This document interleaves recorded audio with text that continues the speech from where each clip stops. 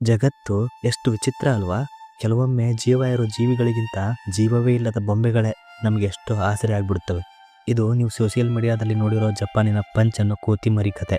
Punch ಹುಟ್ಟಿದ ಕೆಲವೇ ದಿನಗಳಲ್ಲಿ ಅನಾಥನಾದವನು.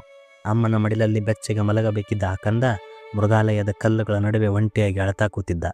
ಅಮ್ಮನ ಹೊಟ್ಟೆ ಮೇಲೆ ಮಲಗಿ ಆಕೆಯ ಎದೆಯ ಬಡಿತ ಕೇಳಿಸಿಕೊಳ್ಳಬೇಕಿದ್ದ ಮಗು ಅದು. ಉಳಿದ ಕೋತಿಗಳ ನಡುವೆ ಸಿಕ್ಕು ಒದ್ದಾಡ್ತಾ ಇದ್ದ.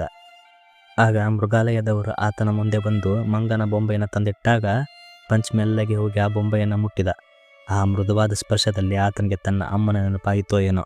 ತಕ್ಷಣ ಆ ಬೊಂಬೆಯನ್ನು ಬಿಗಿದಪ್ಪಿಕೊಂಡು ಬಿಟ್ಟ. ಅಲ್ಲಿಂದ ಶುರುವಾಯಿತು ನೋಡಿ, ಒಂದು ತಾಯಿ ಮತ್ತು ಮಗುವಿನ ಪ್ರೇಮ ಕತೆ. ಈಗ ಆ ಬೊಂಬೆ ಪಂಚ್ಗೆ ಬರೀ ಆಟದ ವಸ್ತುವಲ್ಲ, ಅಥವಾ ಆತನ ಜಗತ್ತಾಗಿದೆ. ಮಲಗುವಾಗ ಆ ಬೊಂಬೆಯ ಕುತ್ತಿಗೆಗೆ ಕೈ ಹಾಕಿ ಅದರ ಎದೆಯ ಮೇಲೆ ಮುಖ ಇಟ್ಟು ಮಲಗುತ್ತಾನೆ. ಯಾರಾದರೂ ಬಂದರೆ ಸಾಕು, ನನ್ನ ಅಮ್ಮನನ್ನು ಎತ್ಕೊಂಡು ಹೋಗಿಬಿಡ್ತಾರೆ ಅನ್ನೋ ಭಯದಲ್ಲಿ ಆ ಬೊಂಬೆಯನ್ನು ಎತ್ತಿಕೊಂಡು ಓಡ್ತಾನೆ. ಬೊಂಬೆಗೆ ಜೀವ ಇಲ್ಲದಿರಬಹುದು, ಆದರೆ ಪಂಚ್ಗೆ ಮಾತ್ರ ಅದರಲ್ಲಿ ತನ್ನ ಅಮ್ಮನ ಉಸಿರು ಕೇಳಿಸುತ್ತದೆ. ಪ್ರೀತಿ ಅಂದರೆ ಇದೇ ಇರಬೇಕಲ್ವಾ? ಕಣ್ಣಿಗೆ ಕಾಣೋದು ಸುಳ್ಳಾದರೂ ಮನಸ್ಸಿಗೆ ಸಿಗೋ ನೆಮ್ಮದಿ ಮಾತ್ರ ನಿಜ. ಹಾಗೆ ಫಾಲೋ ಮಾಡ್ಕೊಳ್ಳಿ. ಮತ್ತೆ ಸಿಗೋಣ.